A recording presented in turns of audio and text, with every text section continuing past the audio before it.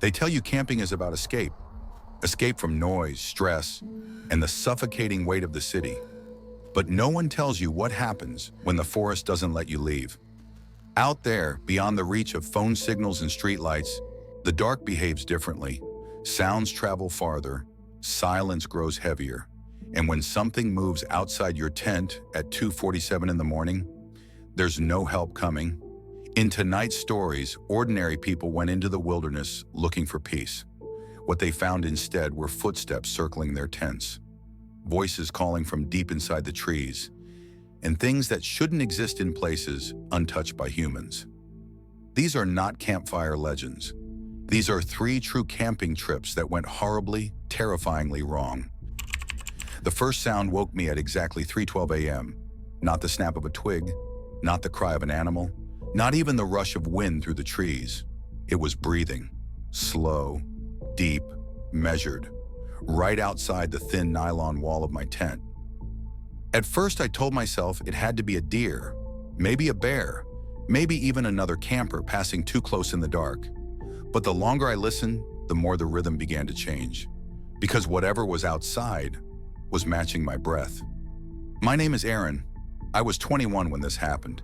I had just ended a long, ugly relationship, the kind that leaves your head buzzing even when the room is quiet. I needed space, silence, something real that wasn't arguments through cracked phone screens. So I packed my gear and drove 6 hours into a national forest where cell service died 50 miles back. No cabins, no campgrounds, just raw wilderness. By late afternoon, I found a clearing near a dried riverbed and pitched my tent beneath tall pines that blocked most of the sky. The forest was unusually quiet. No birds, no insects, just wind brushing needles together like distant whispers. I cooked, ate, and watched the fire burn down to red embers. The dark settled in heavy and fast. That was the first time I noticed the feeling, the sense of being watched. I ignored it. That was my first mistake. Sometime after midnight, I woke to silence so deep it made my ears ring. Then, breathing, just inches from my head. I froze, didn't move, didn't even blink. The tent wall bulged slightly inward, like someone standing far too close.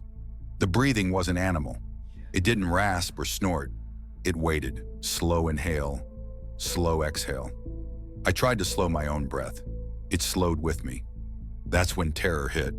Whatever was outside wasn't hunting. It was listening. Minutes passed, maybe more. My legs went numb. My throat burned from holding my breath. Then it stepped back. 1 step, 2. Silence again. I didn't sleep for the rest of the night. I told myself it was paranoia. But early the next morning, I found the prints. Bare footprints. Too long, too narrow. Pressed deep into the soil as if something heavy had been standing there for a very long time. And they formed a perfect circle around my tent. No trail coming in, no trail leading out. Just a ring. That night it came closer. This time it touched the tent. Not hitting, not scratching, just a slow push, dragging its fingers along the fabric like it was feeling for something inside. Then it whispered my name, in my own voice. By the 3rd night, I had lost track of time. The forest no longer sounded empty. It sounded populated. Footsteps pacing beyond the firelight, branches bending without breaking, something large shifting weight in the dark. I didn't light a fire. I didn't unzip the tent. I just sat there shaking. Then something whispered again. Come outside. It sounded like me when I cry. At 3:12 a.m., my tent collapsed inward. Whatever had been standing outside was now on top of me. Its weight crushed the air out of my lungs. The fabric stretched inches from my face. I screamed, and everything screamed back, from every direction. The forest answered. Rangers found me 3 days later wandering barefoot beside the highway. They searched my campsite. They found another tent. Inside it, my sleeping bag, my backpack, my ID set up perfectly, as if I had never left. We found the campsite just before sunset. That was the first problem. It wasn't on any map, not on our phones, Not on the old printed trail guide we bought at the ranger station, not even on the wooden signposts scattered throughout the forest. But it was there. 3 tents already pitched, a fire still warm, food half-eaten, and no people. Just the forest watching us from every direction. There were 4 of us, me, Daniel, my girlfriend Sarah, my childhood best friend Lucas, and his younger brother Ryan. We were all city kids trying to pretend we knew the wilderness. The trip was meant to be a quick 2-night getaway. Nothing extreme, just hiking, fishing, cheap beer, and a break from screens. The forest we chose was a protected national reserve. Miles of uninterrupted trees, hills, and deep ravines. By the second afternoon, we took a wrong turn. One faded trail marker, one overconfident decision, and suddenly the familiar path behind us didn't feel so familiar anymore. Our GPS spun uselessly. Ryan joked, "Relax, this is how horror movies start." No one laughed. That's when we saw the campsite. It sat in a small clearing, like it had been placed there intentionally. Too perfect, too symmetrical. 3 green tents, a stone fire pit, a stack of freshly cut logs, even a collapsible table with cups still sitting on it. Not abandoned long, recently abandoned. "Maybe they stepped out for water," Sarah said. "Or bathroom," Lucas added. The fire pit still radiated heat. That should have been enough for us to leave. But we didn't. We set our packs down. Time behaved strangely after we arrived. The sun seemed to stall at the edge of the trees, as if it was reluctant to fully set. Shadows grew long, but never properly deep. We called out, "Hello?" Nothing, only the faint sound of wind. Then Ryan noticed the footprints. They were everywhere, dozens of different sets, some barefoot, some booted, some too small, some too large. But none of them led into the forest. They all pointed inward, toward the fire. "That's not normal," he muttered. Still, exhaustion won. We waited. As daylight faded, the forest grew louder. Branches cracked just beyond the tree line. Leaves rustled in wide circles around the clearing. Something moved out there. Not stealthy, not aggressive, just a present. Watching, then the footsteps began, dozens of them, all at once, heavy, wet, uncoordinated. But nothing entered the light. Sarah grabbed my arm. "They're walking in circles." She was right. The sounds orbited us perfectly, one slow revolution at a time. Then a voice called out, "Daniel?" My blood froze. The voice came from the darkness. It sounded like Ryan. But Ryan was standing right next to me. Ryan went pale. "I didn't say anything." Another voice followed. "Sarah?" That one was mine, but I hadn't spoken. Then Lucas's voice. Then multiple versions of all of us, overlapping, distorted, calling from different directions. The footsteps sped up, running now, but still nothing entered the firelight. Ryan panicked and fired a flare into the trees. The red light exposed nothing. No people, no animals, just trees. But the voices stopped, all at once. Silence slammed back into the clearing. Too hard, too sudden. We packed up in silence after that. None of us said it out loud, but we all felt it. We were no longer alone. We were surrounded. We tried to leave. That was when the woods rearranged themselves. Every direction we walked led us back to the same clearing, same fire pit, same 3 tents, same half-eaten food that never spoiled. Time became meaningless. Our watches stopped at different hours. Ryan swore the sky changed color. Sarah kept hearing crying behind trees that vanished when approached. Then Lucas disappeared. One second he was tying his boot. The next his place was empty. No sound, no struggle, no trail. We searched until our throats were raw. Only his backpack remained, still warm. That night, the third tent unzipped by itself. From the inside, something crawled out, wearing Lucas's face. It stood in the firelight completely still.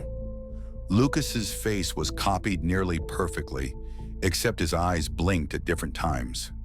"Come back," it said, but the voice was wrong, too layered, like 20 mouths trying to speak in unison. Ryan screamed and ran. The thing snapped toward him instantly, and in one unnatural blur of movement, Ryan vanished into the trees, dragged. Sarah collapsed into hysterics. The forest erupted with footsteps again, running, shuffling, chasing. Dozens of voices now, all calling our names, from everywhere. The campsite began to sink into the ground, slowly, like it was being swallowed. The fire pit dropped first, then the logs, then the table. We ran, blind, crying, crashing through branches. The voices hunted us, mimicking us, learning us. Sarah and I were found 2 days later by search teams. We were dehydrated, hypothermic, nearly catatonic. Lucas and Ryan were never found. But here's the part no one else seems to understand. We never left the forest. The rescuers didn't find us on any trail. They found us standing in a clearing that does not exist on any satellite image. A place where their equipment malfunctioned, where radios filled with static, where the earth still shows signs of a campfire that never burns. And sometimes when I dream, I see 3 tents again, and I hear my own voice calling me into the trees. The first night we saw the fire from across the valley, a small orange glow between the trees. Too steady to be lightning, too controlled to be a wildfire. Just a campfire, burning where no one should have been. My son thought it was comforting. I knew better, because fires like that, quiet, distant, patient, don't guide you to safety. They guide you towards something waiting. My name is Daniel Harper, and 3 years ago, I took my 17-year-old son, Ethan, on what was supposed to be our final camping trip together before he left for college. It was something we did every year since he was 8, just the 2 of us. No phones, no distractions, just trees, water, fire, and silence. This time, we chose a deeper part of the forest than usual, a region with old ranger warnings and very few maintained trails. Ethan wanted real wilderness. I agreed, against my better judgment. The first day was perfect. We hiked for hours beneath towering pines. The air was clean. The river ran slow and glassy. We laughed more than we had in months. For the first time in a long while, he didn't feel like a kid anymore. He felt like a man. We set up camp at the edge of a small ridge overlooking a valley of black trees. As the sun dipped, the forest sank into shadow. That's when Ethan pointed. "Dad, someone else is camping out there." Across the valley, miles away, a single campfire burned. Steady, unmoving, too perfect.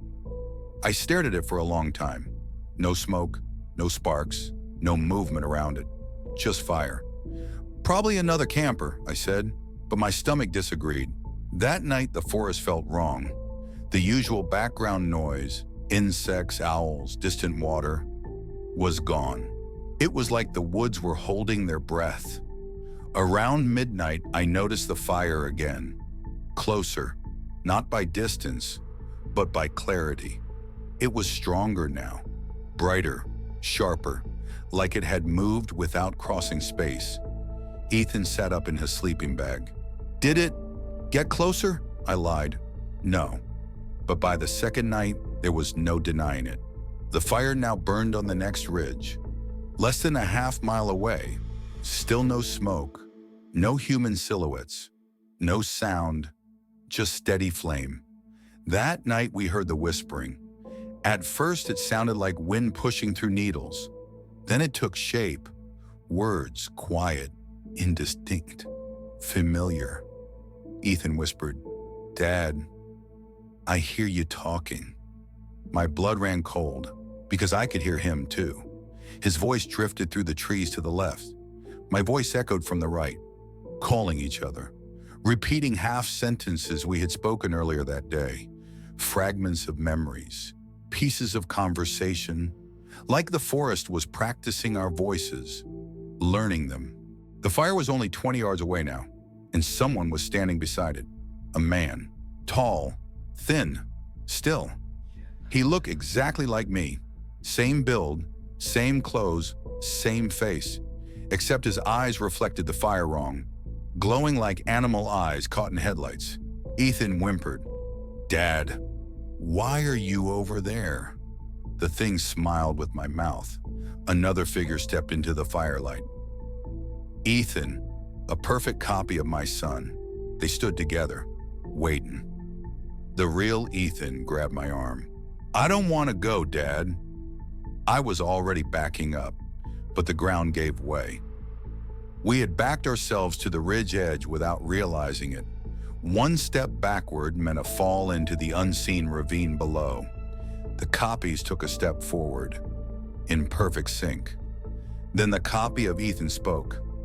"Don't leave me behind." And my son broke. He yanked free from my grip, ran toward the fire, screaming for me. I chased him. I was too slow. The fire surged high as he reached the edge. The copies closed in. And then, everything went dark. They found me alone at dawn, uninjured, unconscious, collapsed at the edge of the ridge. They searched the valley for 3 days. They found the fire pit, still warm, still burning. They found 2 sets of footprints leading into the forest. One adult, one teenager. They never found Ethan's body, but they did find something else a mile away. Another trail of footprints, my size, my shape, leading deeper into the wilderness. And they did not stop. Sometimes in the quiet parts of the night, I hear it again. The fire, crackling, distant, patient, and from somewhere far beyond the trees. My son's voice calls out to me, perfectly, lovingly, as if he's still waiting by that last campfire. Camping teaches you how small you really are. Out there in the dark, surrounded by trees that have watched people live and disappear for centuries, it becomes terrifyingly clear how thin the line is between safety and something far worse. Some people return from the woods with memories, others return with nightmares, and some never return at all. So the next time you unzip your tent in the middle of the night and feel the air suddenly grow cold, remember, you're never as alone as you think. Good night.